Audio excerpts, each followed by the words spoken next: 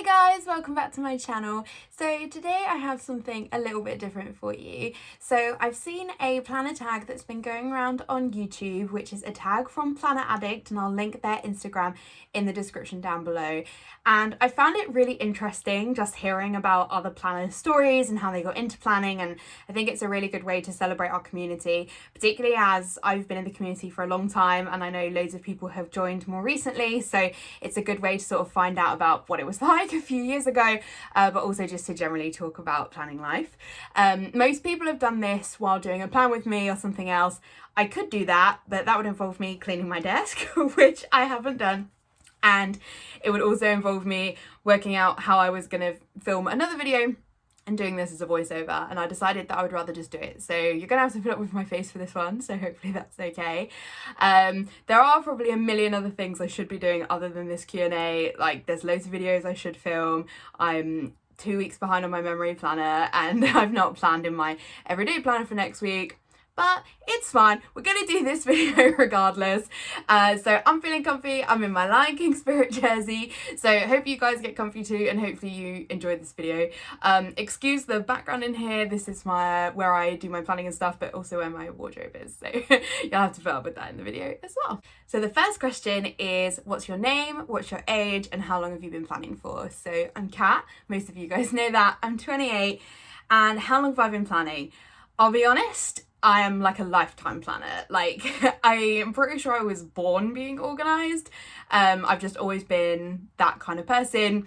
And the school diaries that we used to have at school, I was obsessed with those. My textbooks at school had like all different colour gel pens. Like my maths book, I think it was maths, in year 11 was all pink and orange gel pen. And I was one of those kids who, like, if you had written one thing wrong, you had to rip the whole page out and write it again.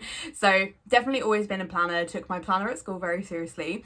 In terms of actual planning, in terms of how we think of it in the community, I've been a planner since February 2016, which is, the second question kind of follows into this, which is, when were you introduced to the planning community? So I was reading a BuzzFeed article, which probably just came up on Facebook, of Katharina Amore. So she had a shop as well for a while, Pop Mix Designs, and it was all about like how amazing her planner is, and I still to this day think her planner is amazing. And I was away with my mum, so I was maybe doing like an exam or something, like a music exam or something like that, and we were in a Travelodge, and I remember just becoming obsessed, and I spent all evening researching this planner and going on to my mum, like, Mum, I need to have a planner, I need to get one, like, we need to go home, I need to sort this out. And this must have been just before February half term, because I didn't live at home then, but I was at home for this week, and we went to Staples and to just see what planners they had, because I didn't know what Erin Condren or anything was at that point, or like any other planners, Happy Planner, like I knew nothing. And so I picked up an ARC planner from Staples, which I don't still have, so I can't even show you guys, but it's a disc bound and it has like quite a heavy duty like leather, blue on the front and the back. There's probably some pictures in like the real archives of my Instagram. And so that was my first planner, and I used that with printable stickers for like really not a very long time, like 3 weeks or something. And then during that time I was doing loads of research into the planner community, and that was it, and I was hooked. Like, I was like, people that like love organization like me, and because I'm often the one who my friends kind of joke I'm always the really organized one, and probably if you asked somebody what word they would use to describe me, I think the majority of people, the first word they would say is organized. Like, I'm known for that. So this was like, there are people who like don't think that it's weird, like they think that it's normal, and they celebrate it. And so I was just really excited to be part of the community. So I then, probably, I don't know, 3 weeks to a month later, got a Happy Planner. I was in a Happy Planner for probably several months of 2016 until I did a spread, and at some point I will do a separate video where I just look at spreads to show you guys some of these. But I did this spread that was a Harry Potter themed one, but it was Gryffindor, and I'm a Hufflepuff, but it was a Harry Potter themed kit, and it was really red, obviously because it was Gryffindor, but the way I used to plan then was like no white space, and this is going to sound so stupid, but looking at that week made me feel sick. I don't know why. I still couldn't really give you a reason to that. It's so stupid, but that is how it made me feel. And I couldn't use my happy planner after that point. Like, I couldn't look in it. It was so over the top. I wasn't even really planning. I'm not much better than that now. Like, I own loads of stuff. I own loads of planners, but I wasn't necessarily like, I don't think I'm necessarily any better at like actually planning. I'm a bit better than then, a bit better. But yeah, and I wasn't really using it. So I think then I started moving into ring bounds after that. So yeah, that was when I started and being in the community and stuff. I've just realised that also answers question number 3, which is what's the first planner you discovered? So, so that's good, covered that. So number 4 was the first sticker shop you purchased from. So I did have to go into the depths of Etsy to find this out. On my 49th page of Etsy transactions. So the first thing I technically ordered was a printable kit, which I remember using in my ARC planner, which was story planner, vertical planner, January printable sticker, something or other. So it was a printable kit, and that was from Just Jamie. I don't remember that being that's what the shop was called at the time, but it probably was. So Just Jamie. So that was technically the first sticker purchase I ever made. Then I got some printable inserts, which I got from Mrs. Diz. I remember using those in my art planner as well. And what I used to do is I just used the Staples paper and I would trim down the inserts and just stick them on with sticker paper on the normal paper. Like, I didn't know anything about double-sided printing back then. I mean, I still don't love double-sided printing now. And then I got some printable dividers, which I don't remember ever using, from MA Art ESOUK. I can't really pronounce that one. And then the first physical stickers that I bought were some half boxes from Half of Everything. That was on the 7th of March 2016, and it was just 9 half boxes, which have, I think they were glossy. This shop appears to not exist anymore. They were glossy with like a little princess in the corner. I don't think I still have them. I actually genuinely don't really remember using them, but maybe I did. And then my first kit was Spring Tulips, which was from Grace's shop, which I can never pronounce and everyone always mocks me. Ood Lemmadoodles, something like that, but that was the first kit I bought. So those were my first purchases, and yeah, and those were back in, so the principal was in February and then these were in March 2016. So question 5 is preferred planning style. This is one of the most difficult questions for me to answer, I think. So I have changed planning styles a lot in the last 4 years. My planning style now, I think, is the one I feel happiest in, which is vertical, like standard vertical planning. But my longest standing planning style was in a standard horizontal, which I did for 2 years probably. And at the time of being in a horizontal, I firmly believed that was my planning style. Like, I remember writing it on Instagram all the time, and I remember saying it to Anna that like horizontal was the one for me.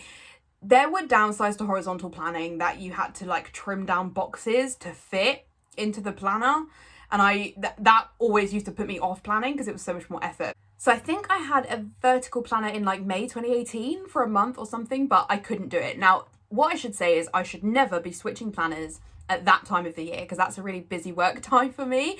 And I was never going to be able to keep up with planning while doing work on the road, which is what my job normally is in June. So that was my downfall there, but I really wanted my planner to look like everyone else's. I will hold my hands up that everyone back then pretty much was using a vertical planner, and I was very unique in using a horizontal. Like, Anna and I have had this joke before, Anna from Planner Face, I should say, that I was like the only person left in a horizontal by the end, and a few people tried it but didn't stick with it. And I did use a horizontal for a long time.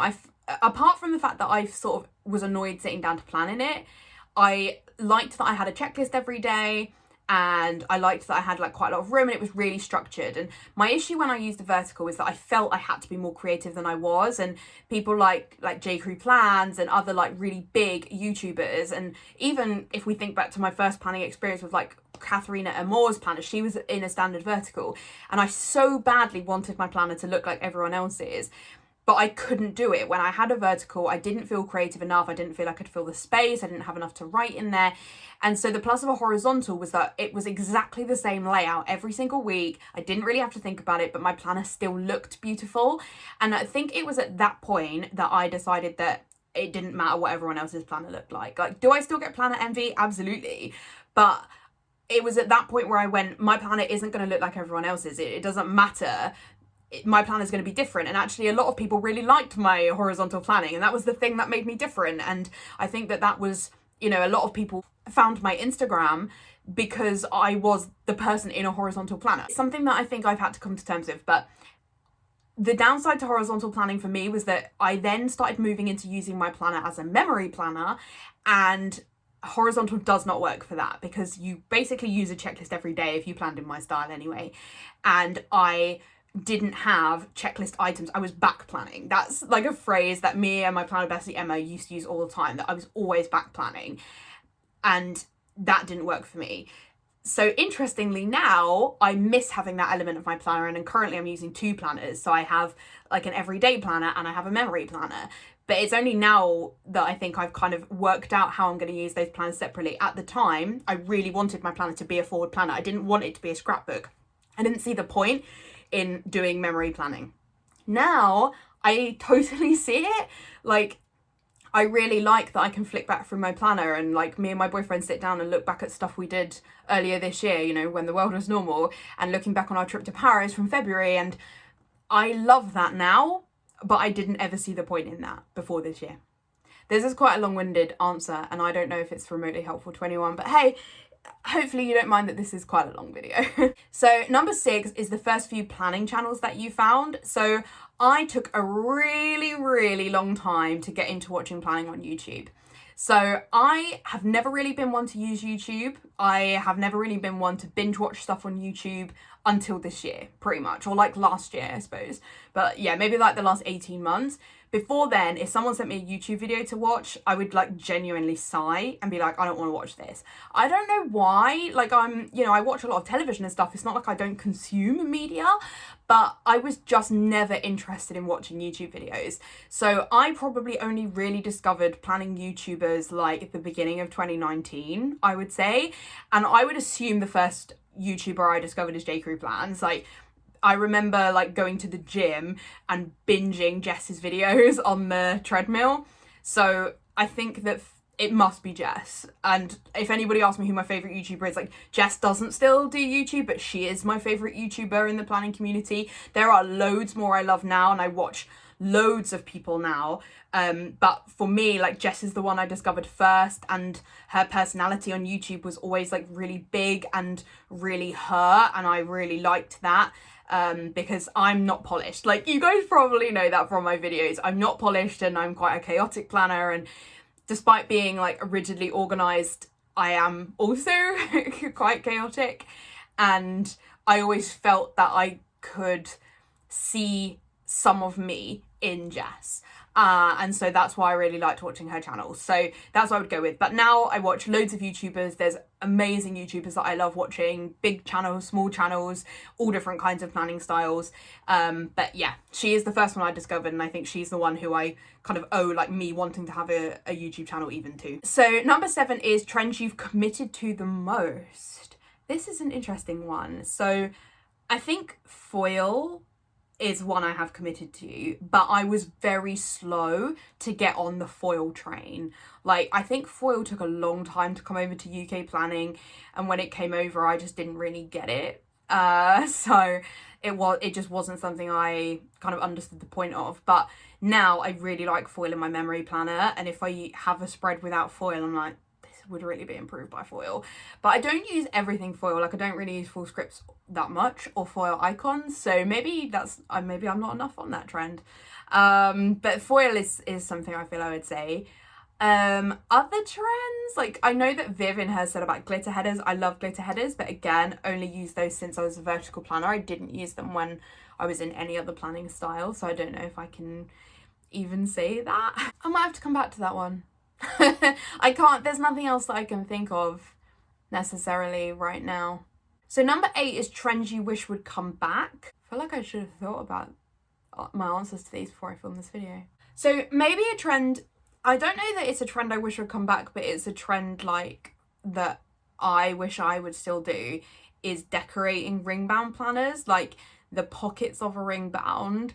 I really miss that, and that is what, like, I think I am often tempted back to ring bounds because of like how amazingly like how beautiful decoration looks in those planners, but I can't get on board with ring band planners. I think there's so many other issues with them for me, but that is something that like I personally miss. And I don't see a lot of people set up ring band planners like how they used to, like maybe Kikki K. Like there's kind of separate other issues with Kikki K, but Kikki K was like a huge thing, and you know, in the planner community we had people that worked there, and it was a big deal, Kikki K being over here. And I have a lot of Kikki K planners. Do I wish it would come back? I don't know, because they're not planners that I use anymore, but I really like what they look like on my shelf. But I really liked seeing the way that people decorated their pockets in those planners, and I don't see so much of that now, though that could be because I don't necessarily surround myself with as many ring bound planners. Again, might be one I have to come back to.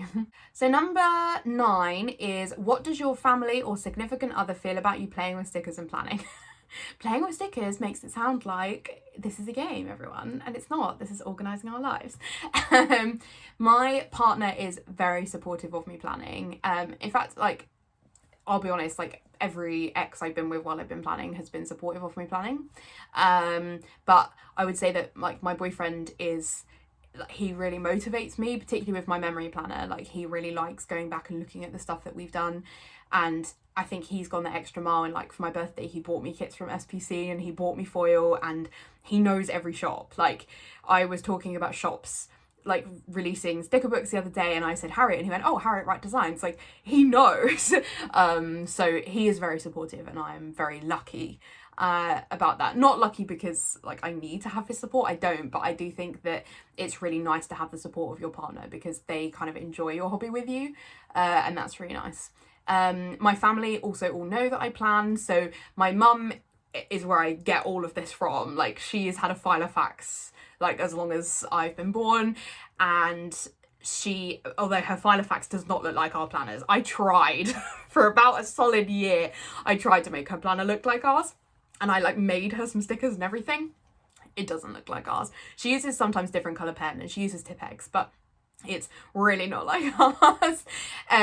But she really likes my planning, and she asks a lot about it, and she knows like what's going on in the community and stuff. And if I mention shops to her, she knows. Like when I started PRing for Anna, she was so excited because she knows like you know how long I've been shopping with Plannerface and stuff. So yeah, I'm very lucky to have like very close people around me that are supportive.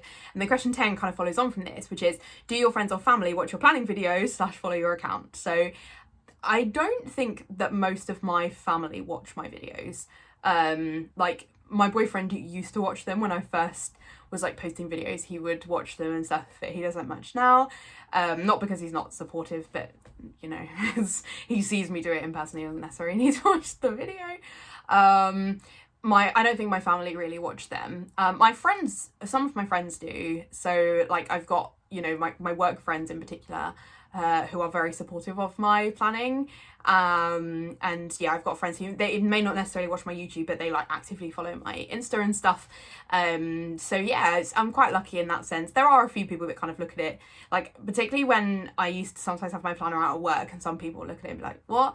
But then other people at work like love it, and they want to flick through it, and they find it really exciting when their name's written in the planner.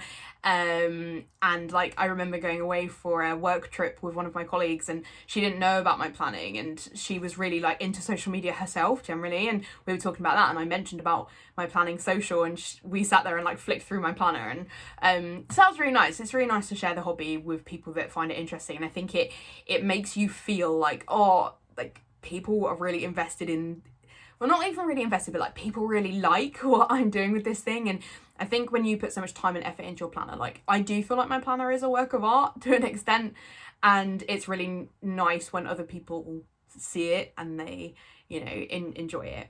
I have also like recruited people into the planning community as well. So my planner bestie Emma, it's all my fault she's even here. So I think there are people who, when, you know, when I've sat there and planning, they either look at it and go, what are you doing? Or they look at it and go, I want in on that. So number 11 is, if you could only shop from one shop for the rest of time, who would it be? It would be Plannerface. It's not because there's not other shops I love, because there are, but Anna's shop is the shop that I have loved for the longest. It wasn't the first shop I bought from, but it wouldn't have been that far after these early purchases I was talking about earlier in this video. And the range of kits she does, they suit my style. All the stickers she includes are stuff that I need. And also just like, I've been there with Anna through her journey, and you know, she is somebody I talk to every day. Like, she's absolutely one of my closest friends, and I love supporting her as a, you know, as a girl boss or whatever you want to call it. But I celebrate in success in her shop with her, and so that to me is like quite, you know, I would want to carry on supporting that. But then I wouldn't have a planner, I guess, if I could only buy from one shop. So I don't know that it would actually be practical to only shop from one shop ever, but if I really had to, it would be Anna. So there's some other questions now. That's kind of the end of the planning questions. There's some general questions. I'm not going to answer them all, but I'm going to answer some of them that are here, and maybe keeping this video more focused into the topic that it's on. One of them is not remotely related, but it's something that I quite like talking about, so I'll mention that one anyway. So the question is, do you go to school, and if so, for what? So I did go to uni, and I did a musical theatre degree. And one of the things that I just feel I should say, and it's something I say every day in my job, which is why I'm quite happy to say on social, is that don't let people tell you you shouldn't go and do the thing you love. But if you change your mind about the thing you love, also don't let other people tell you you can't do anything else. So my job is not in musical theatre. It's something I still do absolutely as a hobby and for fun, but it's not something that, you know, it's not how I make my money. And I have spent many years battling people saying you should have done it, or well, then you should have done a different degree if you weren't going to do a job in it. I don't believe that. Musical theatre absolutely shaped my life. I was really shy and I never used to speak much, and you know, musical theatre, I started it when I was 11, and it saved me, and it taught me so much, and it made me more confident. Like, I wouldn't be able to speak on a YouTube channel personally without having done musical theatre. And my job, I present pretty much every day. That's a major part of my job. And I couldn't have done those things without doing a musical theatre degree. And so, you know, part of my job is talking to people about what you're going to do with your future. And so I just like to sort of spread the message of like, you know, do the thing you love, the thing you're going to do best in. But if you do change your mind, that's okay. The skills that you gain from something can be used in other industries. You just have to look at it in a different way. I don't know if that really makes any sense without me going into like massive, like this could be a whole video on its own, but it's something that I'm very passionate about. And so I wanted to cover that particular question of these ones. So one of the questions is about favourite sticker paper. I am removable matte all the way. I can handle SPC glossy. I can't really handle glossy from anywhere else. Like, I do think SPC's glossy is quite different from other glossy papers. Removable matte is the one. Like, I like the way that premium matte looks, but premium matte is quite different across different shops. And like, I used a premium matte kit earlier in July and I didn't like how it came out. I didn't feel that the paper of my planner suited having a premium matte kit stuck on it. Does that make any sense? I wouldn't really choose to use premium matte necessarily. And also, I'm so not careful. Like, I need stickers to be removable because I don't lay things down straight, but then I really want them to look straight and stuff like that. So removable is the one. Another good question in these is, if you could get your subscribers all in one room, what would you say?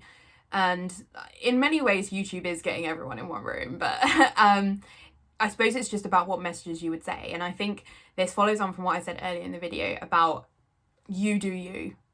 Like, I have spent a lot of money on this hobby, but it's my only really like major hobby other than musical theatre stuff, and that doesn't cost as much as planning. But you know, I don't drink and I don't spend my money on other stuff, so I don't mind the money that I've invested in it, and I really love my collection and I love looking at my desk. It makes me so happy to sit here and be here and look at my stuff. This is not my desk, this is my Kallax, but my desk is like where my tripod's on. I have spent a lot of money that I didn't need to spend on wanting things to look like other people, and there has to come a point where you realise that you will only be the most effective planner if your planner looks how you want it to look. And what you maybe don't realise is that, you know, these other big channels who maybe that some of them might be planning in the way they don't want to, or they are big channels because they plan how they want to plan and they are doing them and people are just backing them in doing it. And ultimately, something that I had to learn, particularly when I started this YouTube channel and then just like fell off the wagon with not, I don't have a great content schedule and I don't get videos up frequently enough, but you have to do your planner for the way it makes sense to you. Your planner has to be effective for you, or what's the point? Otherwise, it's just you're spending an awful lot of money on something that's for other people. It has to be for you. And I think for a long time, my planner wasn't for me. My planner was for social media, or my planner was trying to emulate other people. And that's my most ineffective planning. So you do you. So this kind of follows on with a question, which is, how accurate is your planner, or are you always as productive as your planner seems? So I'm often behind on social media posts. I do post, but I don't have a regular posting schedule. I don't post my planner like regularly enough, and I really admire anyone that does, but I have not found the pattern in my life to be able to do that yet. So if anybody ever looks at my planner and thinks she's super like productive and organized with this, I doubt anybody thinks that. But in general, like, I am a very productive person in my job, and that often means I am exhausted by the time I do anything else. And that is a big problem for me. There's some kind of like fatigue thing, but I am often shattered. So my planner keeps... I also have a really, really, really busy brain. So there's always stuff going around. There's always thoughts. I'm always planning things, not planner things, but planning things for my job and stuff like that. And there's always a lot going on. So having my planner is to try and get what's in here out there. And that is useful for me. But I'm not always up to date with it. It's something I need to do better at, is making my planners work for me. Carrying them around with me would be massively helpful. So I went through a really big habit, and this is where I started to move to memory planning at this point, was carrying my planner around with me every day to work and making my bag really heavy, and never once taking my planner out of my bag. And now we're working from home, it's a bit different, and my planner sits on my desk, but I don't necessarily use it. So definitely more work that I could do there always. Number 14 is, what intimidates you about the community? I think having been in the community for this long, there isn't that much that intimidates me about it. But I would have been intimidated potentially when I first joined. I think what I've realised now, being in the community this long, is like the majority of people in this community are lovely. I think especially in the UK planning community, that there is pretty little drama. There's a bit more this year than in previous years, but in the main, it's relatively drama free. And I think as well, like, there have been times where I've maybe not wanted to like message big accounts if I had something to say, but I don't really feel that way now. It also comes with age. Like, I think if you're joining the community when you're younger, or you're in a more vulnerable place in your life as well. So that was where I was. Like, if I think back, my planning journey has seen me through the toughest years of my life. It's seen me through like 2 pretty major breakups, through some like serious family stuff, through starting my new job, which I've now been in for 4 years, not a new job anymore, but it saw me through like uprooting and moving my life back across the country. It has been there through pretty much every major thing that I've done. And I now, at 28, I'm so different to how I was at 23, 24. I think so much differently about life.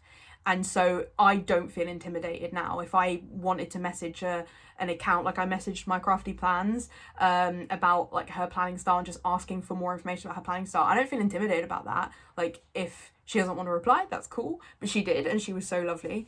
So that sort of stuff like wouldn't intimidate me now.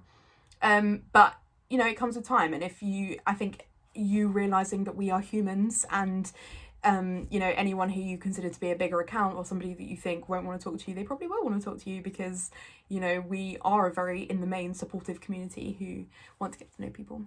And my inbox is always open. So if you guys want to message me, you want to ask questions about planning, like somebody messaged me the other day I can't even remember what the question was, but they messaged me a question the other day and I replied and helped that person. and that's what I'm about, but I'm a Hufflepuff, so you know, we're about helping people anyway, but actually a lot of the planner community are Hufflepuffs. So that's it. I think the other questions are really good. It's just they're like more general stuff about me, and I don't know whether anyone wants to sit and watch me say that, so maybe I'll save those for a voiceover for another video. But thank you so much if you watched this far. You know, this is not something I normally do, and hey, maybe this is something I should have mentioned in the video, that, you know, I don't necessarily like putting my face out there and talking, but I wanted to do that as part of doing this video, and I appreciate you guys for watching this. I really enjoy getting to know you guys, so, you know, drop me a message, either comment somewhere down here, or drop me a message over on Instagram at peace.love.plan. A massive thank you to Planner Addict for creating this tag and for giving you know, something for us to talk about on our YouTube channels and helping to get to know the community, which is great. So I will, as I said, link to their Instagram down below. Otherwise, I will see you guys in my next video. Bye.